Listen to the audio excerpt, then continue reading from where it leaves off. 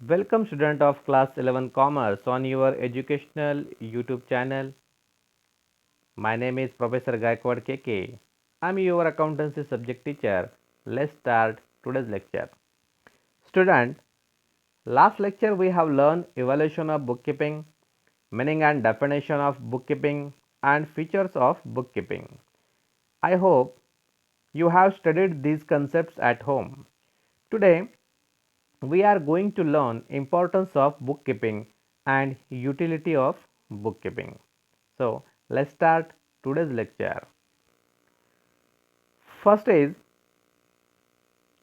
importance of bookkeeping. Total of 6 importance can be stated. First is record, second financial information, third is decision making, fourth controlling, fifth evidence, and last number 6 tax liabilities. These are total 6 importance of bookkeeping. विद्यार्थी मित्रांनो, book किपिंगच्या अर्थामध्ये आपण पाहिलं, book keeping हे कशासाठी आपल्याला तयार करायचं आहे, तर वर्षभरामध्ये व्यवसाय संस्था जी काही काम करणार आहे, व्यवसाय संस्थेमध्ये जी काही ट्रान्झॅक्शन्स क्रिएट होणार आहेत, ती ट्रान्झॅक्शन्स आपल्याला डेट वाईज रेकॉर्ड करायची असतात. कशासाठी, तर आपल्याला to find out net profit और नेट लॉस हा एक महत्त्वाचा मुद्दा आपल्याला सांगता येईल. परंतु फक्त नेट प्रॉफिट किंवा नेट लॉस शोधणं एवढाच त्याचा उद्देश नसून आपल्याला आणखीही काही त्याचे महत्त्व या ठिकाणी सांगता येणार आहेत. म्हणून आपण ती सिक्वेन्सने पाहूयात.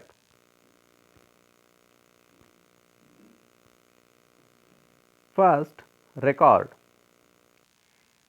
It is not possible for anyone to remember all transactions, but bookkeeping maintenance record all the transactions permanently and systematically in the books of accounts. आता बघा, व्यवसाय संस्थेच्या संदर्भामध्ये बुक किपिंग का महत्त्वाचं आहे, तर त्यामध्ये पहिलं इम्पॉर्टन्स आहे रेकॉर्ड. रेकॉर्डला आपण मराठीमध्ये साधारणतः नोंदी असा शब्द वापरतो. व्यवसाय संस्था ही 12 महिने काम करत असते. आपण मागच्या लेक्चरला पाहिलं की एक ड्युरेशन फिक्स करून दिलेला आहे, त्याला आपण फायनान्शियल इयर असं म्हणतो. प्रत्येक व्यवसाय संस्थेचं फायनान्शियल इयर हे 12 महिन्यांचं असतं, की जे 1 एप्रिलला चालू होतं आणि 31 मार्चला संपत असतं. मग या 12 महिन्याच्या कालावधीमध्ये व्यवसाय संस्थेमध्ये जेवढे ट्रान्झॅक्शन्स झाले असतील, ती सर्वच्या सर्व ट्रान्झॅक्शन डेट वाईज रेकॉर्ड केली जातात. मग आता हे महत्त्व का आहे, तर समजा आपण ट्रान्झॅक्शन जर रेकॉर्ड केली नाहीत, तर आपल्याला 12 महिन्यांच्या कालावधीमधले ट्रान्झॅक्शन्स लक्षात ठेवणं सोपी गोष्ट नाही. कारण लार्ज साईज बिझनेसेस जे असतात, त्या लार्ज साईज बिझनेसेसमध्ये एका दिवसाला अनेक ट्रान्झॅक्शन्स होतात. मग एका दिवसाला जर अनेक ट्रान्झॅक्शन्स होत असतील, तर महिनाभरामध्ये किती ट्रान्झॅक्शन होतील, 6 महिन्यांसाठी किती होतील, पर्यायीने वर्षभरामध्ये किती ट्रान्झॅक्शन होतील. याचा अर्थ अनेक प्रकारचे ट्रान्झॅक्शन्स हे वर्षभरामध्ये नोंद होणार आहेत आणि त्याची नोंद जर आपण ठेवली नाही, तर आपल्याला कोणत्या दिवशी कोणत्या स्वरूपाचं ट्रान्झॅक्शन व्यवसाय संस्थेमध्ये घडलं हे आपल्याला लक्षात ठेवता येणार नाही. पर्यायाने की जे आपण व्यवहार केलेत ते आपल्याला ॲक्च्युअली सांगता येऊ शकत नाहीत. म्हणून बुक किपिंग ज्यावेळी आपण करतो, त्यावेळी डेट वाईज आपण ट्रान्झॅक्शन्स रेकॉर्ड करत असतो. मग हे रेकॉर्ड केल्यामुळे काय होणार आहे, की आपण कोणत्याही दिवशी कुठलंही ट्रान्झॅक्शन ॲट द टाईम सांगू शकतो, की कोणत्या दिवशी कुठलं ट्रान्झॅक्शन कोणत्या स्वरूपात झालं, किती रकमेचं झालं. हे कधी सांगू शकू आपण, की ज्यावेळी त्याची नोंद ठेवलेली असेल त्यावेळी. म्हणून बुक किपिंगचं इम्पॉर्टन्समध्ये सांगताना रेकॉर्ड हे महत्त्वाचं इम्पॉर्टन्स आपल्याला सांगता येऊ शकेल.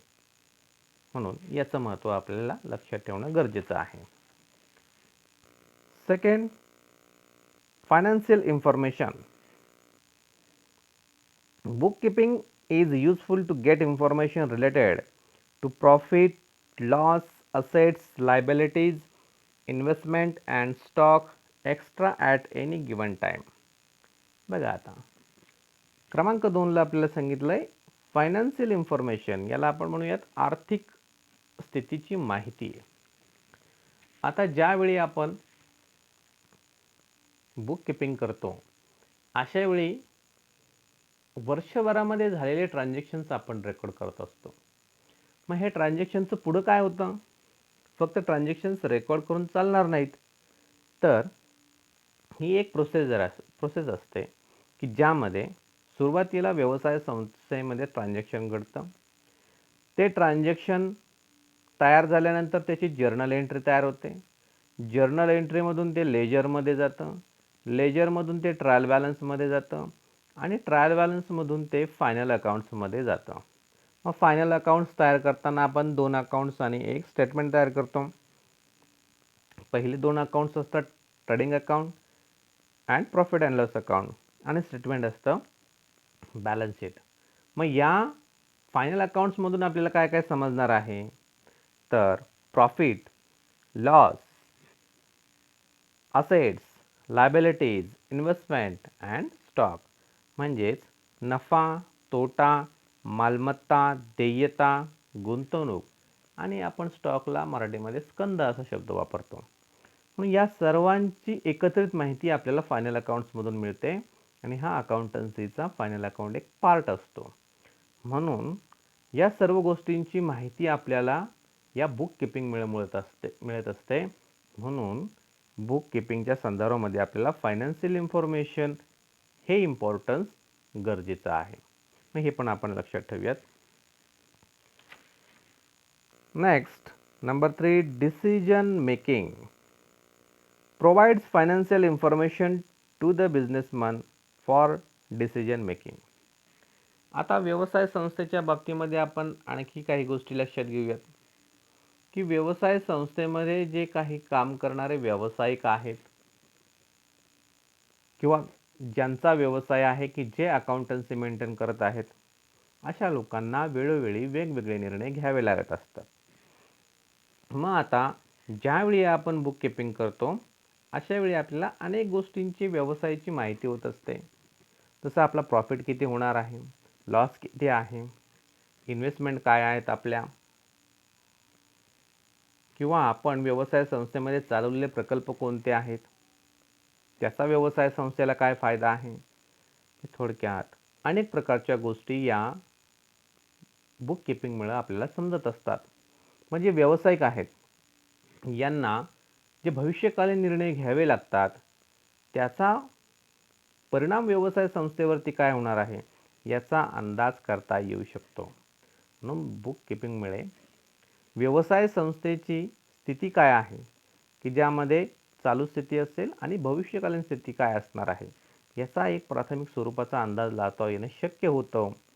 म्हणून व्यावसायिकांना जे काही निर्णय घ्यायचे असतात ते निर्णय घेण्यासाठी या बुक किपिंगचा फायदा त्यांना मिळत असतो. म्हणून हे एक महत्त्व आपल्याला यामध्ये सांगता येईल. Number 4, controlling. Bookkeeping enables to executives of the business to control the activities of the business. मग आता कंट्रोलिंग आहे याचा अर्थ नियंत्रण आहे. मग आता नियंत्रण कुणावरती ठेवायचं आहे?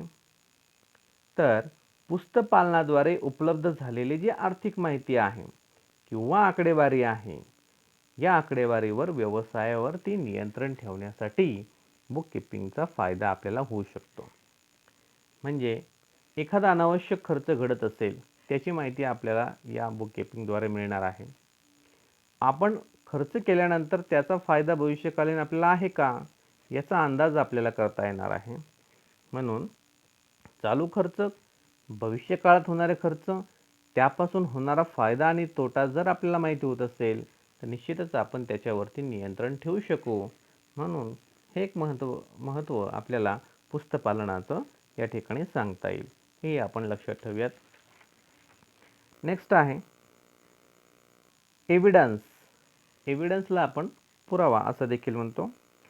Businessman needs financial evidence to be produce in the code of law in case of any disputes. आता ज्यावेळी आपण एखादा व्यवसाय करतो, मग त्या व्यवसायाच्या बाबतीमध्ये आपल्याला माहिती असतं की अनेक प्रकारचे वादविवाद घडत असतात. म्हणजे कस्टमर्स आहेत किंवा कंपनी आहे, कर्मचारी आहे किंवा कंपनी आहे, गुंतवणूकदार आहे किंवा कंपनी आहे. असे जे कंपनीच्या संदर्भामधले वाद आहेत, या वादाच्या पार्श्वभूमीवरती अनेक केसेस या कोर्ट मॅटरमध्ये बदलतात. म्हणजे न्यायालयामध्ये दावे दाखल केले जातात. मग न्यायालयाच्या बाबतीमध्ये आपल्याला माहिती आहे की न्यायालय कशावरती विश्वास ठेवतं? पुराव्यांवरती विश्वास ठेवतं. मग बुक किपिंग ही रेकॉर्ड केली जाणारी सिस्टीम आहे, लिखित स्वरूपाची सिस्टीम आहे. एखाद्या ट्रान्झॅक्शनच्या बाबतीमध्ये, एखाद्या व्यवहाराच्या बाबतीमध्ये जर वाद निर्माण होत असेल, तर या वादाच्या पार्श्वभूमीवरती बुक किपिंग हा एव्हिडन्स म्हणून वापरला जाऊ शकतो, कारण तो ऑलरेडी रेकॉर्ड केलेला असतो. म्हणून भविष्यकाळामध्ये जे वादविवाद घडतात त्याचे पुरावे म्हणून देखील आपण पुस्तपालन वापरू शकतो. हे एक त्याच्यातलं महत्त्वाचं वैशिष्ट्य आपल्याला महत्त्व आपल्याला सांगता येईल. हे आपण लक्षात ठेवूयात. आणि last number 6, tax liability. Bookkeeping is useful to find out the tax liability, that is income tax, property tax, GST, etc. आता बघा, टॅक्स लायबिलिटी कर दायित्व. आपल्याला माहिती आहे की इन्कम म्हटलं की आपल्याला त्याच्यावरती टॅक्स द्यावा लागतो. म्हणून व्यवसाय संस्था या नफा कमावणाऱ्या असतात, त्याचबरोबर नफा न कमावणारे देखील असतात, परंतु इन्कम हा पार्ट त्याच्यामध्ये असतो. मग इन्कम ज्यावेळी आपण म्हणतो त्यावेळी आपल्याला टॅक्स हा द्यावा लागतो. मग टॅक्स किती द्यायचा हे कशावर ठरतं? तर आपलं एकूण उत्पन्न. मग कंपनीच्या बाबतीमध्ये लक्षात घेता येईल आपल्याला की आपण अकाउंटन्सी का तयार करतोय? तर to find out net profit or net loss. जे आपल्याला नेट प्रॉफिट आहे की नेट लॉस आहे हे शोधण्यासाठी आपण अकाउंटन्सी मेंटेन करतो, बुक किपिंग करतो. मग ज्यावेळी आपल्याला प्रॉफिट होत असेल तर आपल्याला प्रॉफिट एकूण किती झाला आहे आणि त्यावरती आपल्याला किती टॅक्स द्यावा लागणार आहे, ही माहिती आपल्याला बुक किपिंगद्वारे मिळणार आहे आणि त्याचा फायदा आपल्याला टॅक्स लायबिलिटी पे करताना होणार आहे. म्हणून मग त्या टॅक्सच्या संदर्भामध्ये आपल्याला सांगितलं की तो आयकर असेल किंवा वस्तू व सेवा कर असेल किंवा मालमत्ता कर असेल, असे अनेक प्रकारचे जे टॅक्सेस असतात ते पेड करण्यासाठी आपल्याला या बुक किपिंगचा फायदा होणार आहे. म्हणून साधारणतः याचे आपल्याला हे इम्पॉर्टन्स सांगता येतील. म्हणून हे जे 6 इम्पॉर्टन्स आहेत ते आपण लक्षात ठेवणं गरजेचं आहे.